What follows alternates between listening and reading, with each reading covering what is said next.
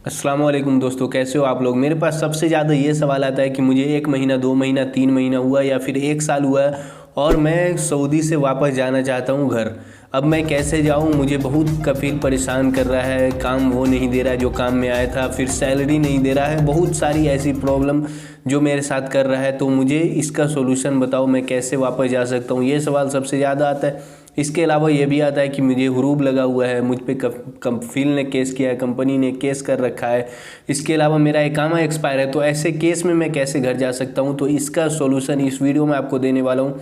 सबसे पहले मैं आपको बताता हूँ कि जिनका भी 3 महीना 2 महीना 4 महीना हो रहा है, अगर आपको काम सही नहीं दे रहा है तो सीधे सीधे, या फिर 1 साल भी हुआ है आपको काम वो नहीं दे रहा है, सैलरी नहीं दे रहा है, किसी भी तरह का कुछ भी प्रॉब्लम कर रहा है, आप सीधे सीधे एम्बेसी में जाओ, इंडियन एम्बेसी में जाओ। वहाँ जाके आप कांटेक्ट करो उनसे और उनको बताओ कि ये प्रॉब्लम है। वहाँ से जो आपका वो वहाँ से आपका सारा प्रोसेस करेंगे और वहाँ से आप जो है फॉर्म फिलअप करने के बाद आपका जो है थोड़ा टाइम लग सकता है, 1-2 महीना लगेगा, बट वहाँ से आपको एग्जिट मिल जाएगा। और जब वहाँ से एग्जिट मिलेगा तो आप फिर वापस दोबारा आ भी सकते हो। वहाँ से एग्ज़िट लेने के बाद जब आप जाओगे तो आप दोबारा वापस आ सकते हो। बस 3 साल का आपके पास बैन लगेगा, उसके बाद आप दोबारा जो है वापस आ सकते हो।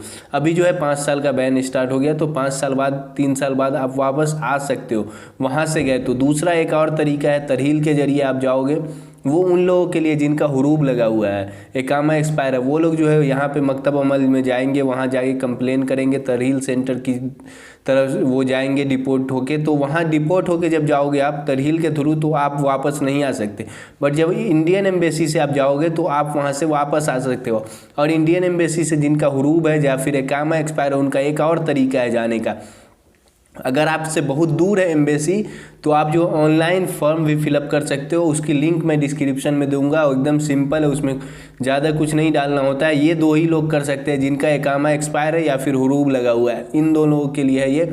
वहाँ पे अपना थोड़ा डिटेल पूछेगा, वो डिटेल डालना है, वो आप आराम से देख करके फॉर्म फिल कर सकते हो। फिल करने के बाद जो है आपको खुद कॉल आएगा वहाँ से, आपको बस इंतज़ार करना, वेट करना होगा, वहाँ से खुद कॉल आएगा। उसके बाद जो आपका वहाँ उसके बाद सारा प्रोसेस होगा। तो ये तरीके से भी आप जा सकते हो।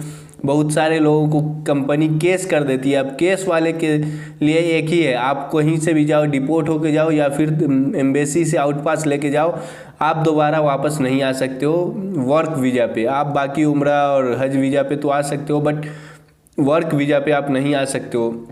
तो अभी मैंने क्या बताया, जो लोग का भी हुरूब लगा हुआ है और या फिर इकामा एक्सपायर है, तो वो लोग एम्बेसी से कांटेक्ट करें या फिर ऑनलाइन फॉर्म फिल कर सकते हो। या अगर एम्बेसी जाओगे तो वो भी अच्छा रहता है, आप वहाँ से जाओ और वहाँ जाके आप काम करवा सकते हो। और इस बीच में अगर आप एम्बेसी जाते हो तो आपको डरने की ज़रूरत नहीं है, कंपनी आपको कुछ नहीं कर सकती, कोई एक्शन नहीं ले सकती। आपका जैसे ही एम्बेसी में सारा कुछ डॉक्यूमेंट सबमिट हुआ, कोई दिक्कत नहीं है, उसके बाद आप जा सकते हो।